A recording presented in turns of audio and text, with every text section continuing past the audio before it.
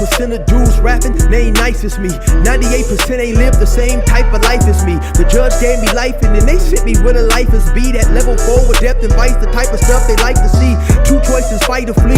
I refuse to die a chump. I never been a mark, but damn, it's scary when that riot jump. I seen dudes cry, get pumped, and some sexually brutalized. Knew a dude who lost his life and he was only doing 5 year-long racial fights when homie all you do is ride. Lonely days and nights up in a hole causing suicide. From the moment you arrive, you see the Mexican mafia, AB skinheads with big giant swastikas, pro-black philosophers, the BGF, the Kumi, and Muslims who will murk you from the nation to the Sunni. That MS was loony, quick to ride up on they rival. Even Christians went to church, hide knives up in a Bible. Political and tribal, the Crips and Damus, the Long Beach, the Hubs and the Dubs and the Grooves, the IE, the Bakersfield, the Dago Pyrus, the Hustlers quick to roll, the gangsters don't move. Whatever click you choose.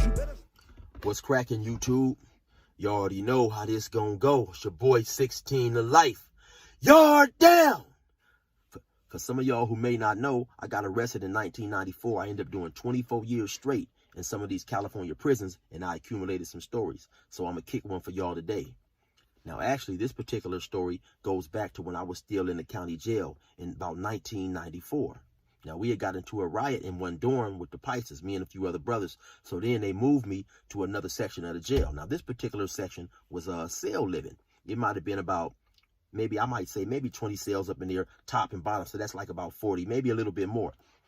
But one thing I noticed about Riverside is like they consistently kept the number of the blacks down in these dorms and these pods. Now, in this particular pod, it was only about 6 or 7 brothers. It was me, myself, this one brother that I knew from another place called Patrick, and another brother named Mark, and this dude by the name of Dog. Now, Dog was a good Forrest Whitaker looking ass motherfucker. I used to always see Dog when I was in the other dorm. It seemed like we would always be going to court during the same time, and he'd be in there looking angry as a motherfucker. You know, we'd catch the bus and ride down there and be in the holding cells and shit, and he'd be looking mad as a motherfucker. So I never said shit to him, you know what I'm saying? So anyway, it was a dude up in there by the name of Mark.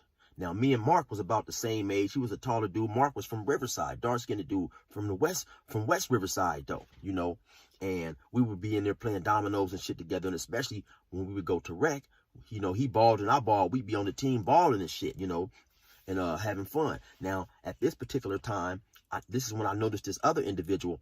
I never knew his name, so I'm going to call him Super PAISA.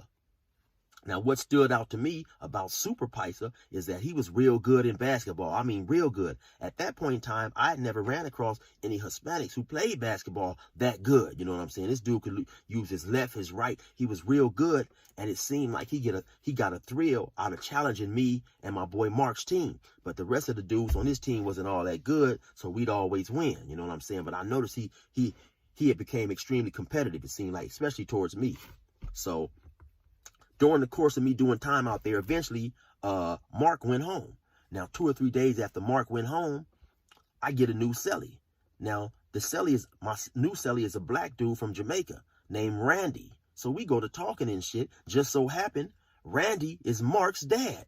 Now, Randy was probably in his 40s and his leg was messed up. So just out of you know, courtesy, I let him get the bottom bunk. For those of y'all who may have never been to jail, you know, the bottom bunk is much more convenient because you don't have to keep hopping up on the desk or whatever, climbing to get on the top bunk. But like I say, by him being older and me having respect for his son, I let him get the bunk.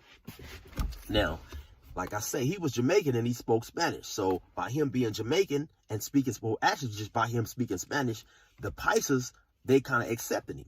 You know, so when me and him would be in the cell, though, he would always be talking, trying to give me some fatherly advice. I guess Mark had been to jail a time or two, you know, so he'd be in there like, you know, I'm trying to tell you, man, chill. You and Mark, you guys always running around fighting, doing these things that must be changed. So, you know, he'll be telling me this shit all the time, right? Giving me this advice.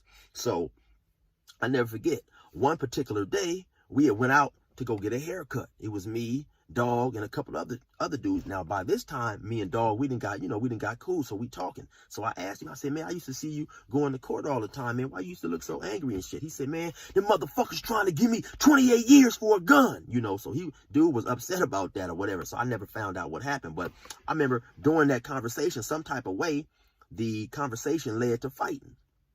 And, you know, some dudes in there's like, oh, man, a fight is a fight, man. I be pinching, I grab, I bite a motherfucker, whatever. You know, now me, I'm young. I'm like, man, you look, man, I got squabbles. I don't do none of that shit. I be coming from the shoulders and shit. You know what I'm saying? Because I grew up in an era where dudes took pride in they one-on-one fighting skills. Like I say, man, I was born in 71. You know what I'm saying? So I grew up around dudes who used to box and all that type of shit. You know, my uncles, they take me in the backyard, teach us how to fight. So, you know, in my mind, it was, you know, all that stuff was stuff that women would do, you know. So about a day or two after this conversation, I'm in the day room playing, I'm playing dominoes against another PAISA dude. So now Super PAISA, he's right there. So he looking back and forth. He looking in my hand. He looking in dude's hand. He pointing which dominoes to tell the old boy to play. So I tell him, hey, man, don't do no shit like that, man. If you want to play, get next. You know, so he's still looking, and every once in a while he'll say something in Spanish. So I said, hey, man, don't do that, man. You know, if you want to get next, play. So, I mean, if you want to play, get next or whatever. So he ended up sitting down. We played the game. The very first game, he beat me. He stood up. No competition. No competition. You are no competition. I said, hey, man, play again. Oh, no, you're no competition. I said, oh, man, come on, man, play again, play again. So I talked him into playing again.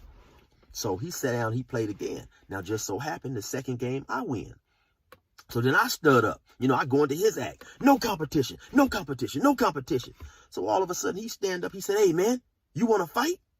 So now when he said, you want to fight, I slide my glasses off real quick. Bam, bam. I hit him with that quick 2-piece, no side order. You know, when I hit him, bam, he goes straight down. He don't get knocked out, but he goes straight down.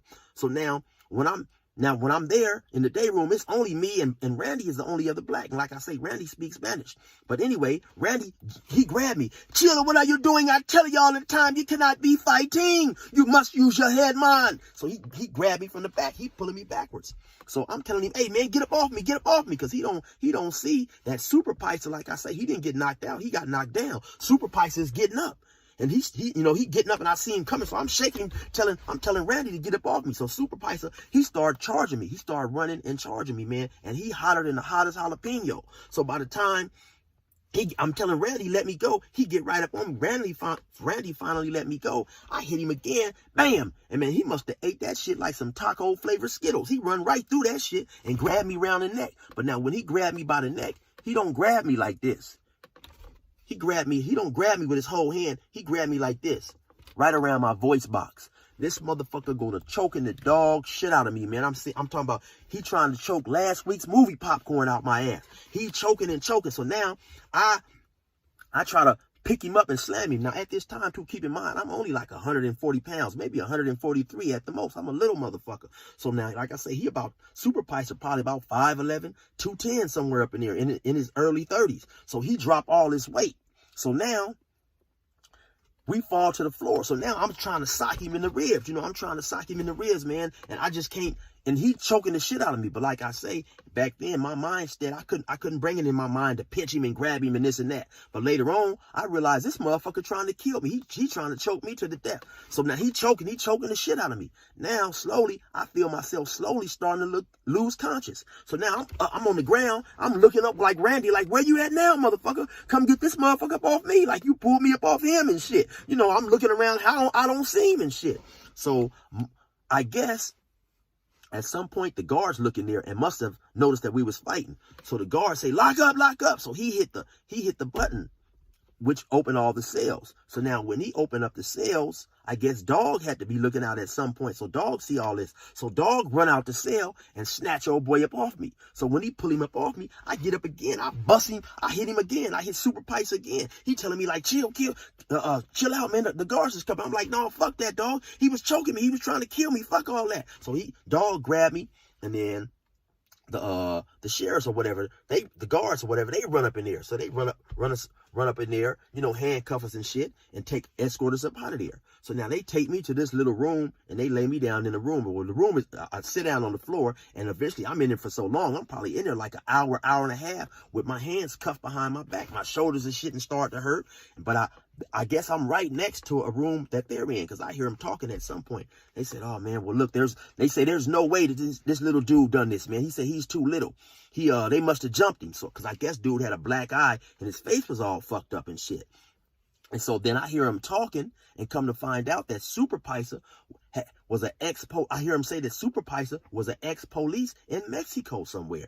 And so that's how he knew that choke, y'all. Because like I say, he didn't grab me with his hand around my neck. He grabbed me on my voice box. Man, he was choking the dog shit about my motherfucking ass.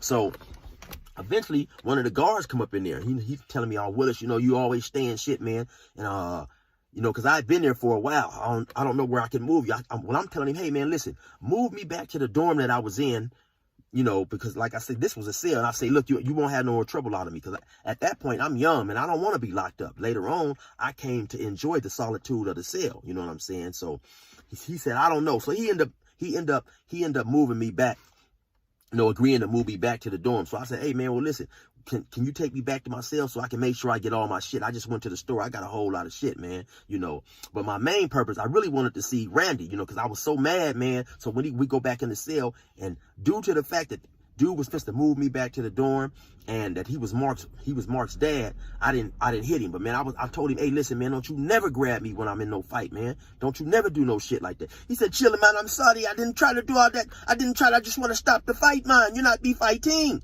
So, you know, I was real upset, but just due out of respect, I didn't go upside his head like I want to. Plus, I probably wouldn't have got to go back to the dorm that I wanted to go back to anyway. But, you know, that's all. My whole point is, man, you know, when you in prison, you know, you have dudes with different mentalities and different mind states. You know, back then, even though it was a county jail, my mind state was I can fight good, you know, so I ain't got to worry about grabbing and biting and pinching and doing shit that I, at that time, thought that it was shit that women do. But like I say, this dude was out for my life. This motherfucker was literally trying to kill my motherfucking ass. And so, you know, sometimes, man, shit like that happen.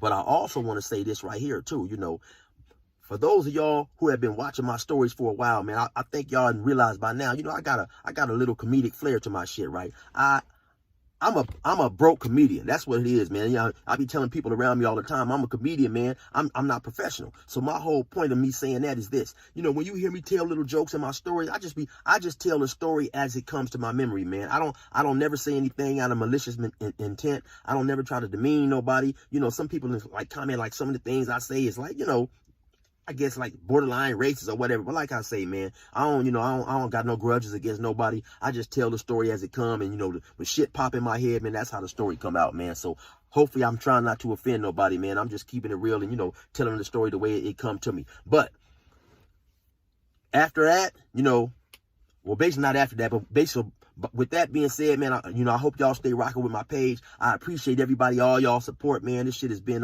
it's been mind blowing, man, for everybody to all of a sudden just start subscribing to my channel and rocking with me like that. I appreciate it, man. So, hey, y'all stay safe out there. Oh, yeah. Resume normal program.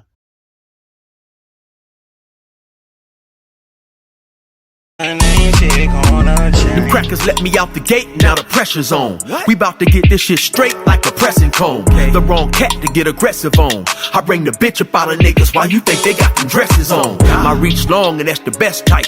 To have some dirty white boys come and smoke you like a meth pipe. And leave your chest bright red like a fire truck. Kicking your mom's door at night, nigga, and tie her up. I'm wild as fuck and I'm respected by the new youth. I put this pistol in their ear like a Bluetooth. I blow their brains on they new coupe. And have red everywhere just like a function full of soup whoops. Tell your troops I deal with beef like a butcher. My 4-5 pump more guys than Ashton Kutcher. Line pusher, quick to bury your clown, nigga. I stayed in the park like the merry-go-round. Get it? That gang greasy, bitch, that gang need me. Oh, you niggas don't know my name. That gang greasy, bitch, that gang need me. I'm out here doing my thing. That gang greasy, bitch, that gang need me. I swerve in my own lane. That gang greasy, bitch, that gang need me.